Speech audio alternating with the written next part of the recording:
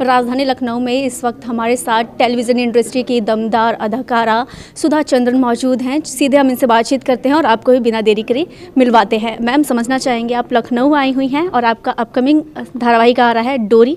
इसमें आप ठाकुराइन का रोल कर रही हैं। इसका क्या रोल है और किस तरह से इसकी स्टोरी है?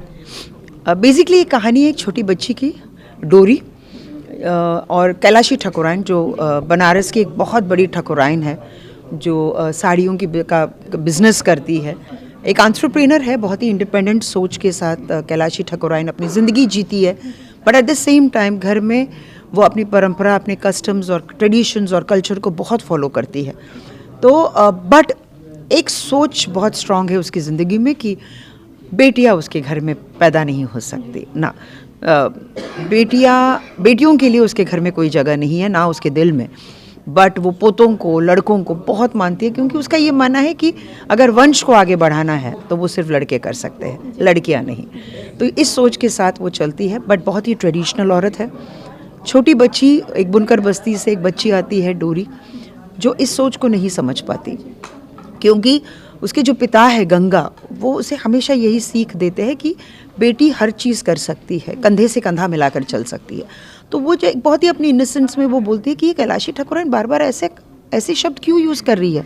तो वो अपने इनोसेंस फैक्टर में बहुत कुछ कह जाती है, जो एक स्ट्रॉन्ग सोशल मैसेज है।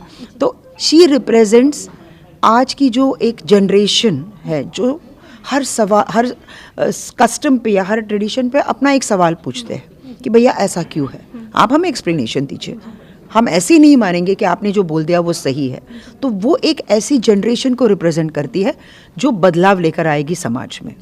मैम, समझना चाहेंगे, आपकी भी पर्सनल लाइफ में बहुत ज़्यादा उतार चढ़ाव भी आए। क्या आपकी लाइफ में कभी कोई ऐसी ठाकुराइन से पाला पड़ा है कि जिससे आपने सामना किया हो? किसी कैलाशी ठाकुराइन से तो सामना नहीं पड़ा है, बट यस, विधि विधान जो है वो कैलाशी ठाकुराइन से बहुत ही, मतलब विधि जो कहते हैं, फेट, डेस्टिनी, जो हम ऊपर से लिखवा के आते हैं ऐसे लोग बोलते हैं। बट तब भी मैं तब डोरी थी, मैंने यही सवाल पूछा था कि ऊपर कौन लिखता है? भाई जो हम लिखते हैं वो नीचे लिखते हैं, धरती पर लिखेंगे, और अगर ऊपर से लिख कर आया है तो मैं उस चीज़ को बदलूंगी। अगर मेरी ज़िंदगी में यही लिखा है कि मैं डांस नहीं कर सकती इस हादसे के बाद, तो मैंने कहा कि नहीं, माफ़ी मांगना चाहती हूँ भगवान से, अपनी जो किस्मत है मैं वो यही लिखूंगी। मद्रास ट्रेवल करते समय आपका एक रोड एक्सीडेंट हुआ था, उसके बाद काफ़ी ज़्यादा उतार चढ़ाव आपकी लाइफ में आए, आपने संघर्ष किया और अपने जो आपका ड्रीम था, पैशन था, उसे पूरा किया है। आज के युवाओं को आप क्या मैसेज देना चाहेंगे? कहीं ना कहीं आपकी जो कहानी है वो बहुत से युवाओं को इंस्पिरेशन देती है। जी हाँ, बिकॉज़ मैं यही कहना चाहती हूँ कि अगर सक्सेस को आप बहुत अच्छी तरह से एंजॉय करते हो तो फेलियर्स भी is a part of life. ऐसा नहीं कि ज़िंदगी में हमेशा आपके पास अच्छी चीज़ें आए, सिर्फ खुशियाँ ही खुशियाँ हो, तो फिर क्या है वो ज़िंदगी। जब आपके सामने दुख का पहाड़ टूटता है, तब जब आप उस चीज़ को तोड़ के, आप उस चीज़ का सामना करके जब आप आगे बढ़कर बहुत सक्सेसफुल हो जाते हो, तो वो एक असली जीत। आज की युवा कहते हैं कि भैया हम स्ट्रेस्ड है, हम ज़िंदगी नहीं जी पा रहे हैं। तो अगर ये बात होती तो शायद आपके माता पिता भी आज ज़िंदा नहीं होते। क्या उन्होंने कम स्ट्रेस देखा है? बट उन्होंने कभी उसे जाहिर नहीं किया, क्योंकि उनका यही मानना था कि वो अपने बच्चों के लिए जी रहे, बच्चों को एक अच्छी ज़िंदगी देना चाहते। तो क्या आपका फ़र्ज़ नहीं बनता कि आप रिटर्न में, जब आप बहुत स्ट्रेस्ड हो जाते हैं और गलत डिसीजंस लेते हैं लाइफ में, तो क्या आपको कभी एक पल के लिए आप ये नहीं सोचते हो कि आपके घर में आपके माता पिता है, आपके भाई बहन है, आपकी पत्नी है जो आपसे बेहद प्यार करते हैं? तो आई थिंक ये स्ट्रेस शब्द तो इज़ बेसिकली एस्केपिज्म है, मैं इस चीज़ को नहीं मानती। अच्छा मैम, एक ट्रेवल के दौरान आपसे आपका लिम्फ हटाने के लिए सिक्योरिटी ने कहा था एयरपोर्ट पे, क्या उसके बाद कभी ऐसा हादसा हुआ? क्योंकि आपने सेंट्रल गवर्नमेंट को भी ये मैसेज दिया था, सोशल मीडिया पे आपके वीडियोस थे, इंस्टाग्राम पे हैं, तो मैम क्या दोबारा इस तरह की घटना हुई? क्या उस पर कोई कार्रवाई हुई कि जैसे कि आपने बोला था सीनियर सिटीज़न कार्ड के लिए, तो मैम उस पर क्या हुआ? देखिए, वो एक बहुत ही मतलब दुख की बात थी कि जब मैं ट्रैवल कर रही थी तो मुझसे कहा गया था कि आप नहीं कर सकते, आपको अपना आर्टिफिशियल लिम्ब निकालना पड़ेगा।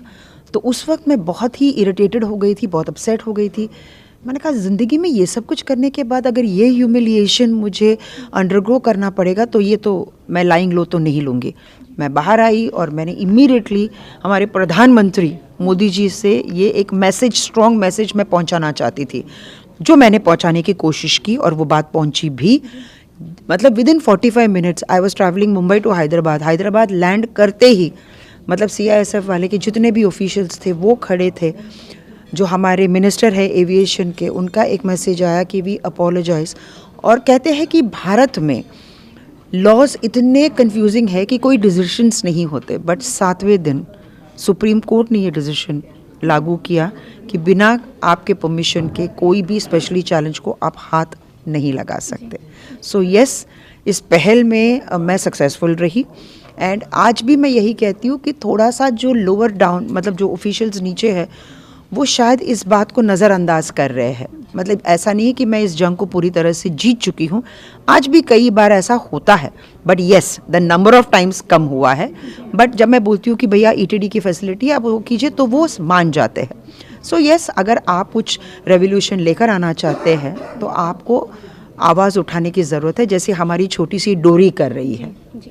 अच्छा मैम, आखिरी सवाल मेरा ये है कि आपका जो व्यक्तिगत नेचर है और जो आपका धारावाहिक डोरी अभी सीरियल आ रहा है निगेटिव रोल, तो मैम पर्सनली आपसे काफ़ी ज़्यादा अलग हैं, क्योंकि व्यक्तिगत तौर पे आप ऐसी नहीं हैं, तो कितना ज़्यादा चैलेंजिंग लगता है ये? चैलेंजिंग इसलिए क्योंकि स्पेशली आपको जब वो रोल प्ले करना हो जो आप नहीं हो, तो वो एक्चुअली आपका परफॉर्मेंस होता है कि आपको अपने परफॉर्मेंस पे बहुत कन्विक्शन लाने की ज़रूरत है, क्योंकि आपकी सोच आपके किरदार से बिल्कुल मैच नहीं करता। तो जब आप ये करते हो तो that is where you realise कि आप एक एक्ट्रेस हो, आप एक कैरेक्टर निभाने आए हो और आपको उसको पूरी तरह से जस्टिफाई करना है। क्योंकि अगर आप कन्विंस नहीं होते तो आप वो कन्विक्शन ऑडियंस तक नहीं ले जा सकते, और अगर आप उस कॉर्ड को नहीं हाथ लगा पाएंगे ऑडियंस के, आप कभी सक्सेसफुल नहीं हो सकते। यूपी के बारे में क्या कहेंगे आप? यूपी मेरे लिए बहुत ही स्पेशल इसलिए है क्योंकि मेरे हस्बैंड फर्रुखाबाद के हैं, मैं यूपी की बहू हूँ, तो यूपी मेरे लिए बहुत बहुत स्पेशल है। क्योंकि लखनऊ घूमा आपने? हाँ, आज मैं पूरे घूम के आ रही हूँ। इमामबाड़ा गई, फिर मैं गोमती नदी के वहाँ पर गई, अब जाऊँगी चाट खाने जाऊँगी, बहुत सारी जगह है।